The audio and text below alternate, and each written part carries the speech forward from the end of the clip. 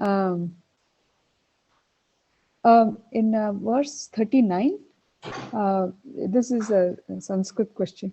So chetum and cheta. So this is chetum is tuman pratyaya and cheta is karta. Is that? Trich pratyaya. Cheta is trich pratyaya. Karta, correct. Okay. Chetum is tuman and cheta is trich. Trich. Okay. Tartru, chetru. That is the pratipadika. Netru, neta. Like that. And yeah. And you in verse 40, while referring to that, the verse you said, Atmanastu kamaya sarvam priyam bhavati. Is that how you Correct. said? Correct. Atman astu kamaya, right? Atmanaha tu kamaya. So Atmana Shakti there. For the love of oneself alone, everything else appears pleasing. Atmana Shakti. Atmanaha tu. So Shakti Ekavachan. Atmanaha tu. It is but for the love of oneself that everything else becomes lovable. Okay, something like that. Okay. Yes. Okay. Dhanyavada.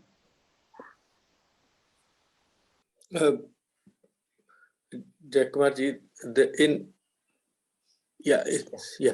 in Marathi there is tatya.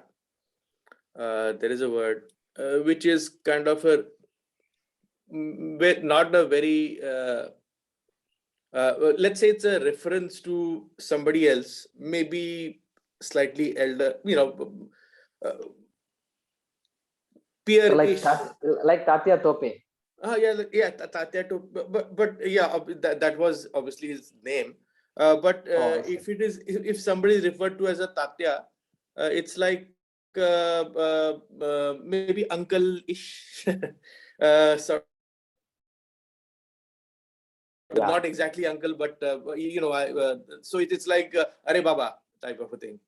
If somebody is referred to as it's like that man on the street, but somebody I know, Are Baba, it's like a conversational thing.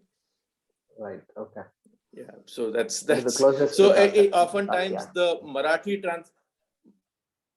Marathi translation of this shloka, it comes as Are Baba.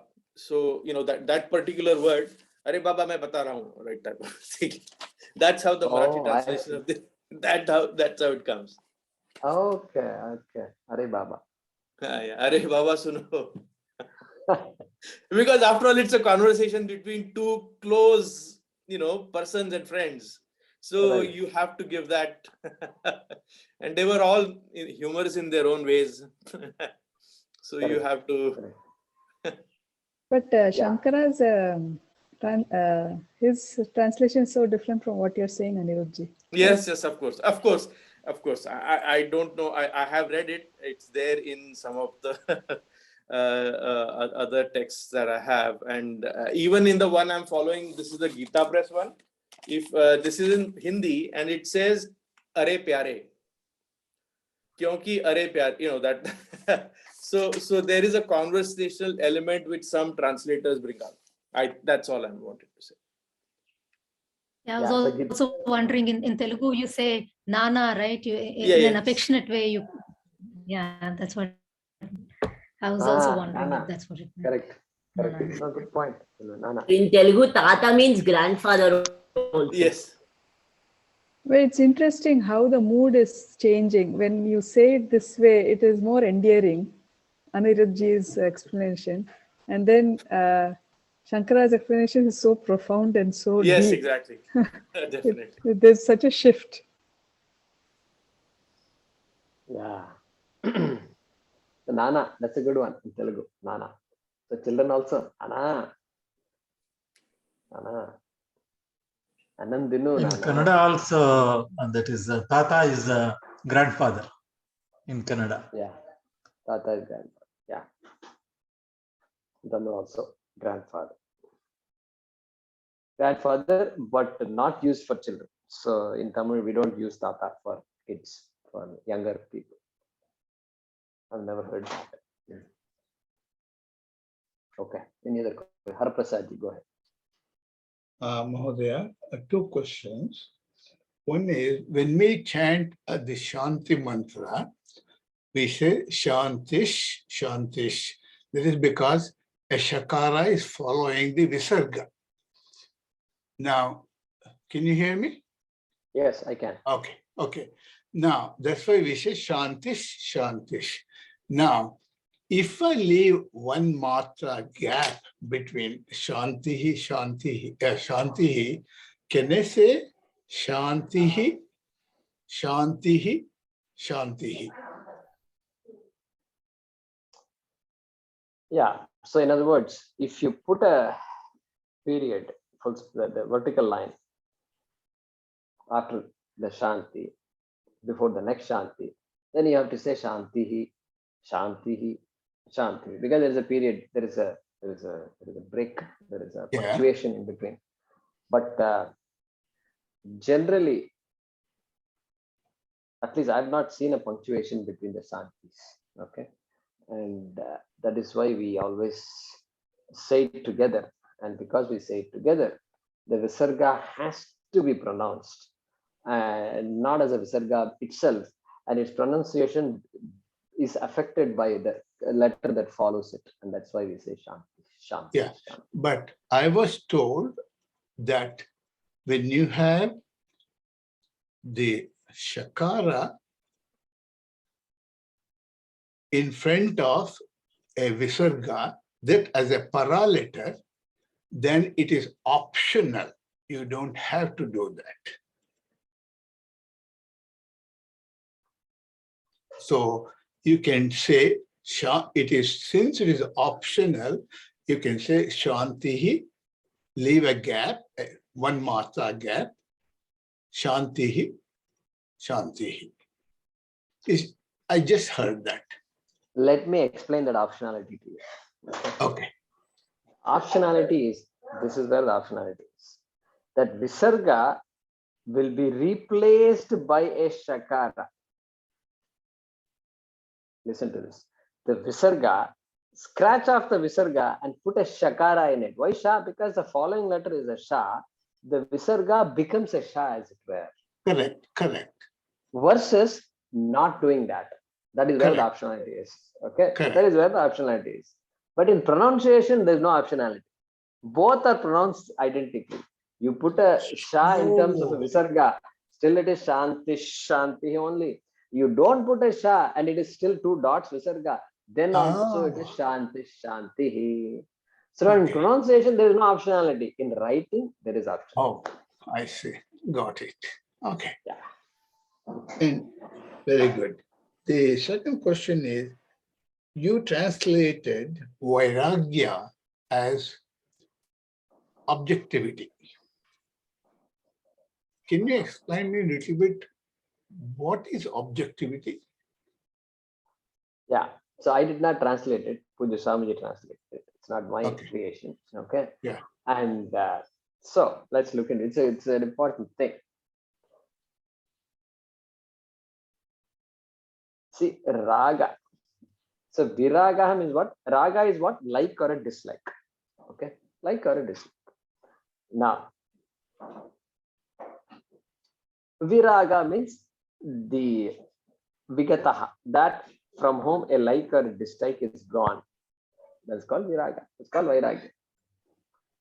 When can a like or dislike go? If you say, when I see things exactly as they are.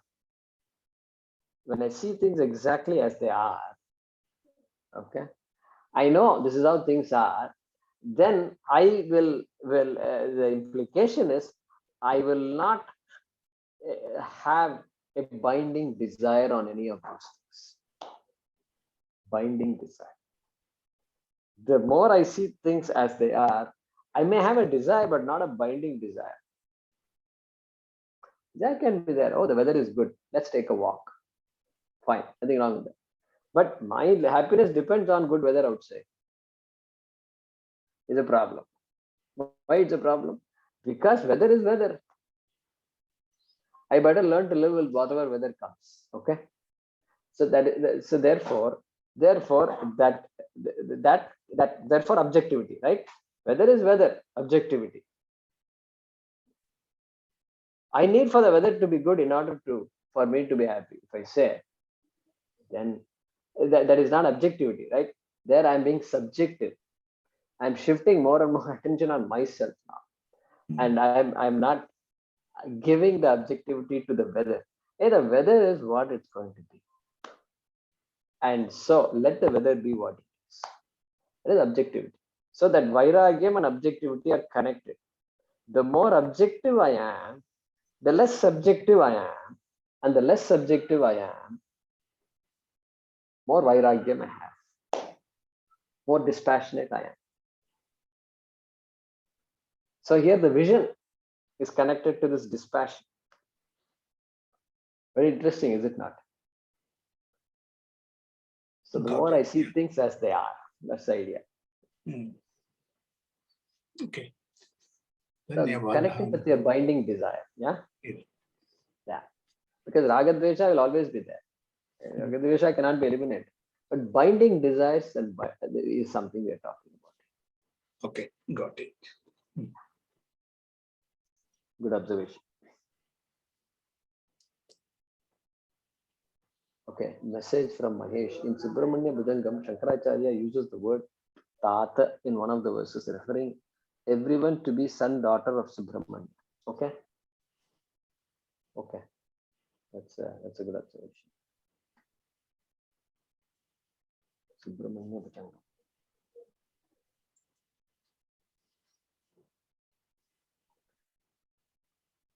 Any other questions?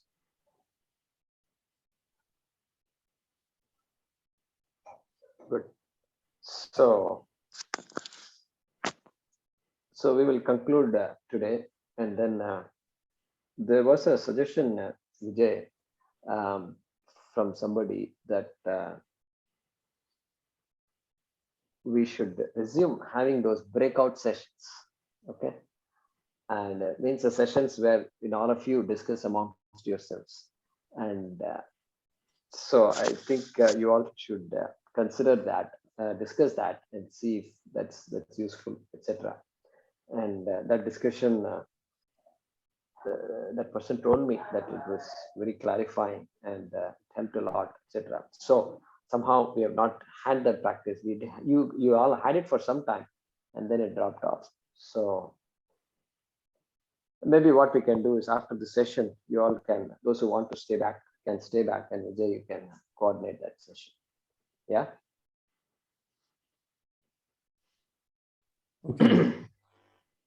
Om Namo Bhagavate Vasudevaya Dhanvantaraye Amritakalashahastaya Sarvamaya Vinashanaya Trailokyanataya Shri Mahavishnave Namaha. Om Namo Bhagavate Vasudevaya Dhanvantaraye Amritakalashahastaya Sarvamaya Vinashanaya Trailokyanataya Shri Mahavishnave Namaha. Om Namo Bhagavate Vasudevaya Dhanvantaraye Amritakalashahastaya Sarvamaya Vinashanaya Trailokyanataya Shri Mahavishnave Namaha. Thank you, Guruji. धन्यवादः.